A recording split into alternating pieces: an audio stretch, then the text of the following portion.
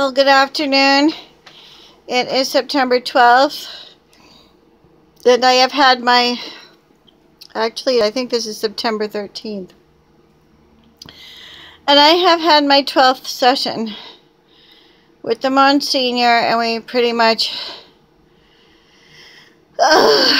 just went over a lot of stairs to climb, getting into my apartment.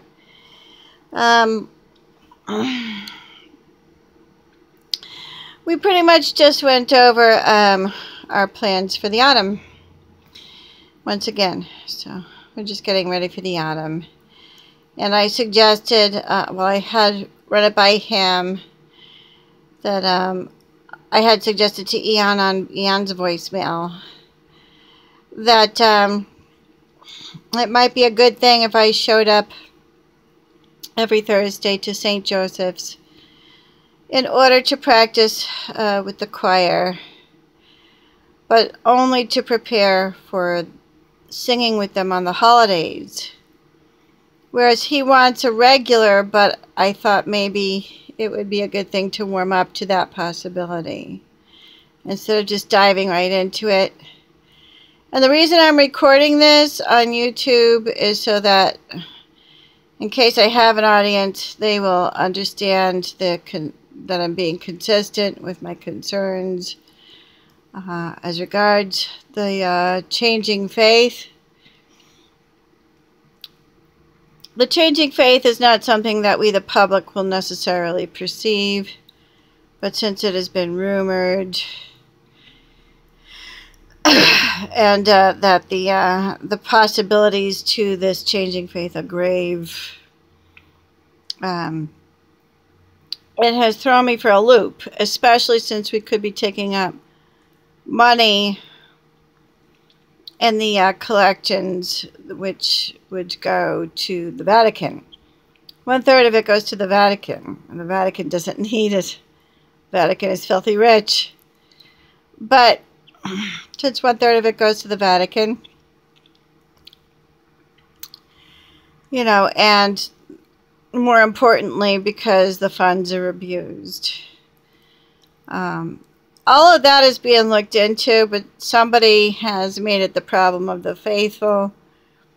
It really is a problem of the big fish, but somebody has made it a problem of the faithful. That somebody is the itccs.org. So,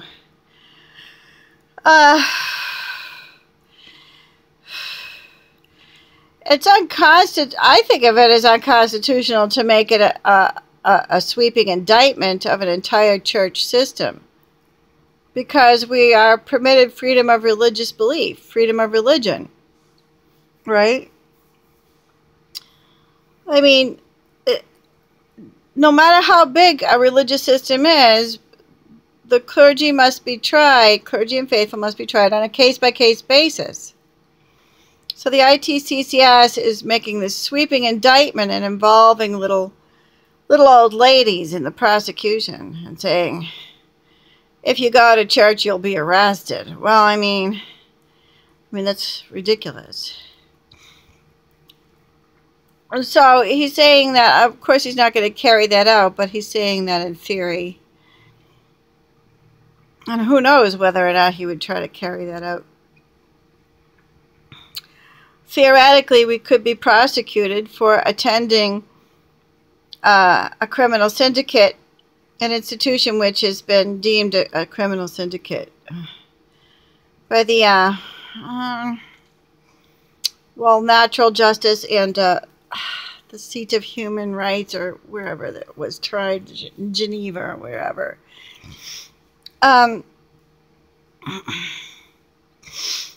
So yeah, in theory. But I think what's more important is that they go after the big fish. And they thought that by rustling up the faithful, that it would eventually get to the big fish.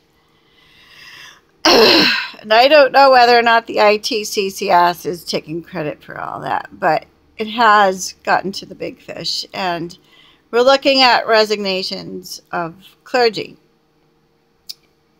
Mass resignations of top-ranking clergy, okay? So anyways, with all this going on, it's just, you know, it threw me for a loop. to think that I could in any ways be an accessory to this simply for attending Mass and singing there. Not just on the social, the civil and social level, but because of that scripture that says, "Come out of her, my people, and be ye not partakers of her sin, and receive ye not of her plagues." Come out, Babylon is fallen, that ancient city, etc., etc.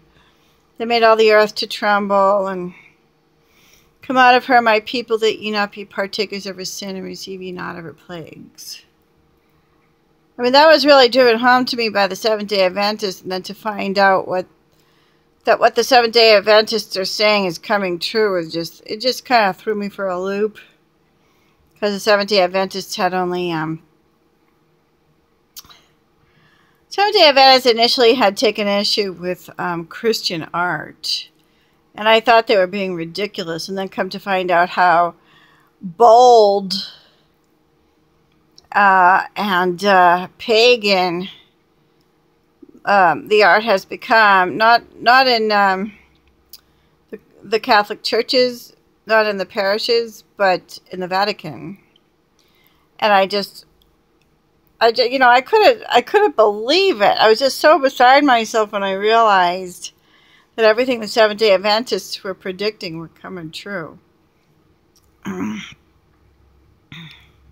Everything I always understood them to have had a pretty sharp understanding of the scriptures, but their understanding of the scriptures led me back to the Catholic Church, right?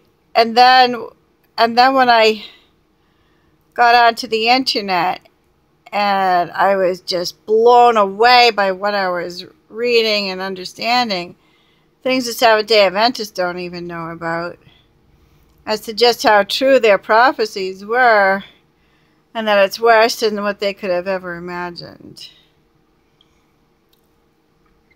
Because it's not just prophecy. I mean, it's just a repeat of history, right?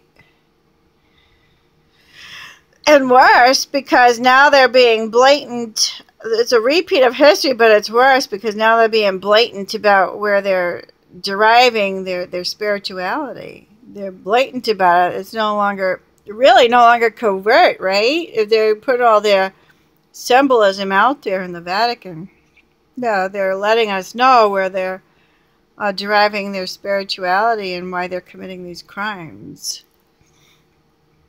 So I didn't want to be a part of that, but I had a conversation with the Monsignor, and I wanted to make sure he really knew the guest priests. I says, I know you, but I don't know your other priests, and he says he knows them. I said, do you have a heart-to-heart with them, understanding you really know these people? And he says, yeah. So all right, so we talked about me joining. I let him know I left a message with Eon that might be a good idea to warm up to this gradually and join in on the singing for the holidays. Just because it's kind of a shocker to go from something that was, like intense involvement, the intense involvement that I was a part of, at the throne of the Almighty, the throne of God, I was at the throne of the Almighty. I was at the throne of Jesus Christ. I was one of his angels, a covering cherub, as it were, right? Or a seraph, a covering seraph. And all of a sudden, I'm nothing, I'm a secular humanist. What? All of a sudden, I'm a secular humanist? How do you go from angel life to earthly status? So I'm just I'm in a state of shock, it's an ongoing, real adaptation to all these changing statuses, I'm having an identity disturbance, as it were. So it doesn't do this to other musicians because they don't take the faith as seriously. Right. And the reason they don't is because, maybe they haven't had a lot of body experiences. They haven't, have had visions and whatnot. And so I need to be able to somehow express my,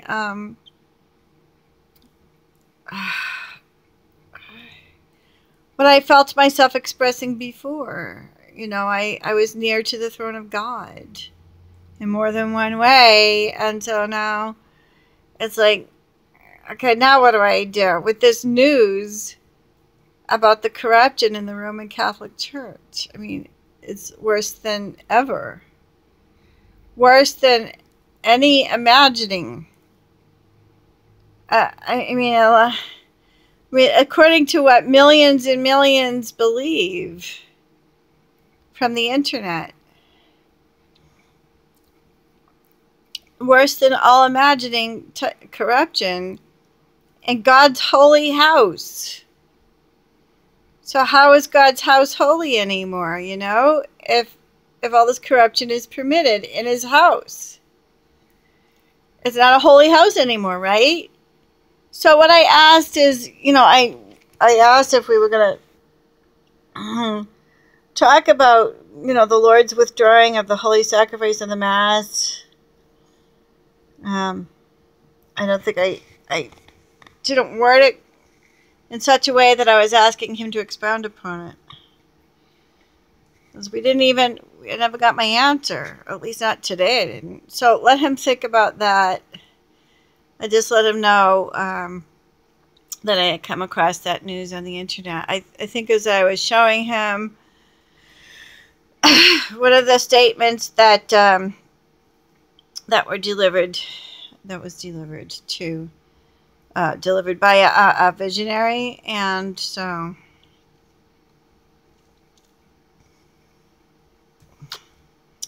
it wasn't that statement. I had thought that was in there. Well, it was a video that you had to read, so maybe he missed it. Because it goes by pretty fast. Just because there's only a few words doesn't mean that the mind sometimes slows down for certain paragraphs in order to comprehend the syntax or what it is that you're saying, And you never know when the mind is going to do that. So they estimate the reading time will be, only just, so long, and then it goes by, so some people don't bother to pause and rewind and pause and rewind. They just, if you get it, you get it. If you don't, you don't. They get the gist of it. Anyway.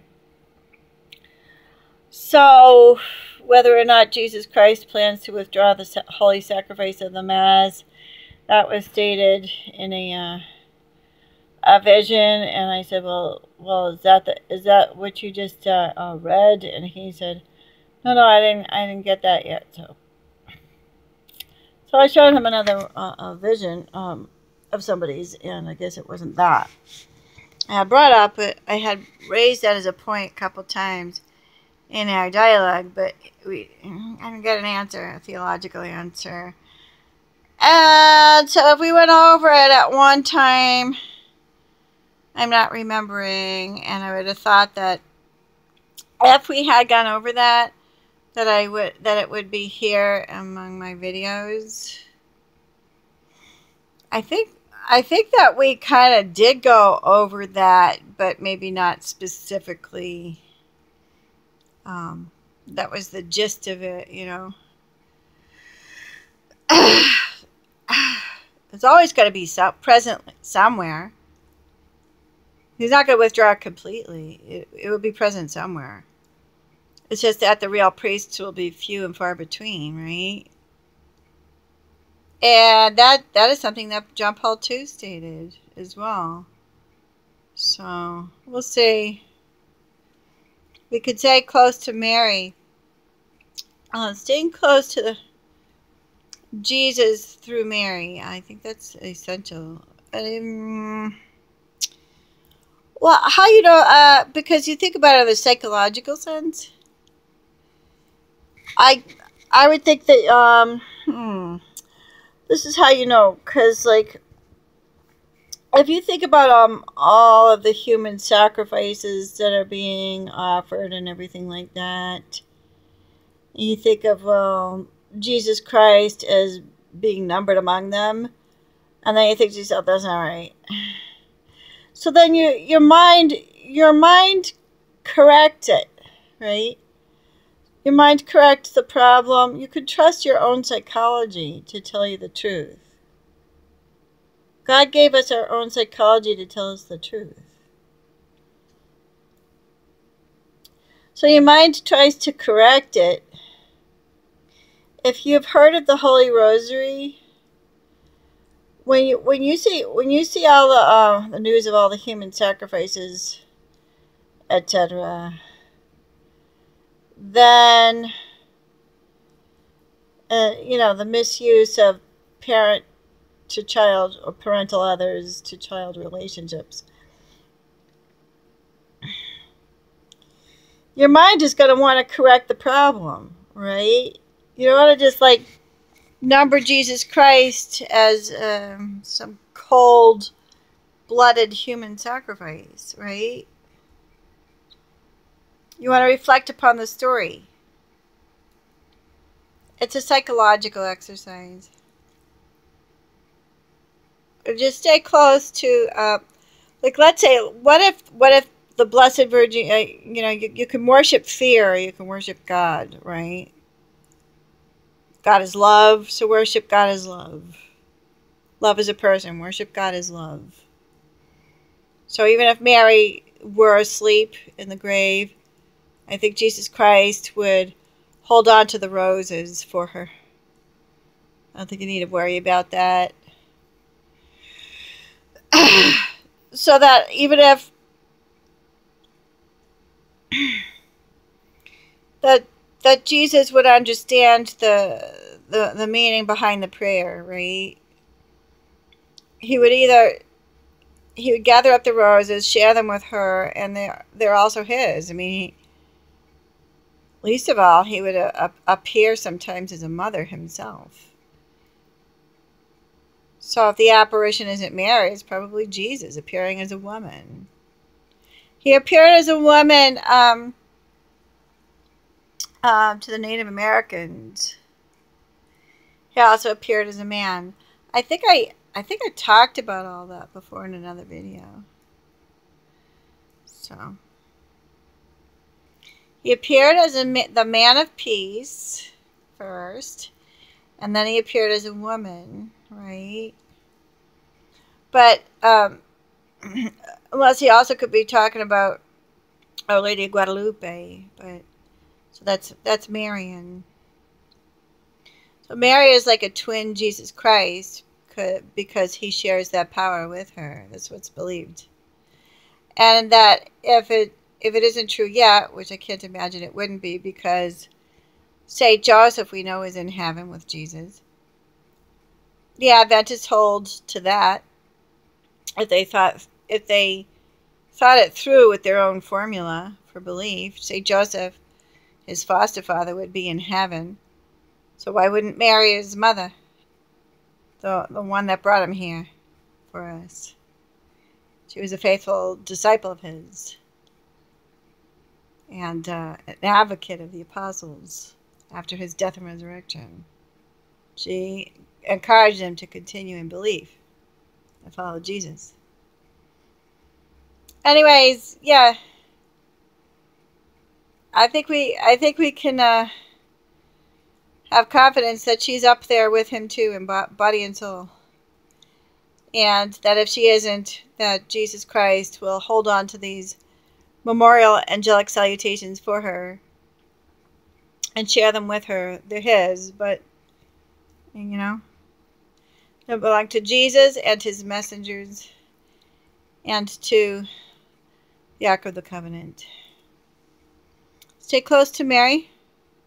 Say your rosary, but don't just be repetitive. Meditate upon the mysteries. Have pictures of the mysteries of our Lord's life. Okay?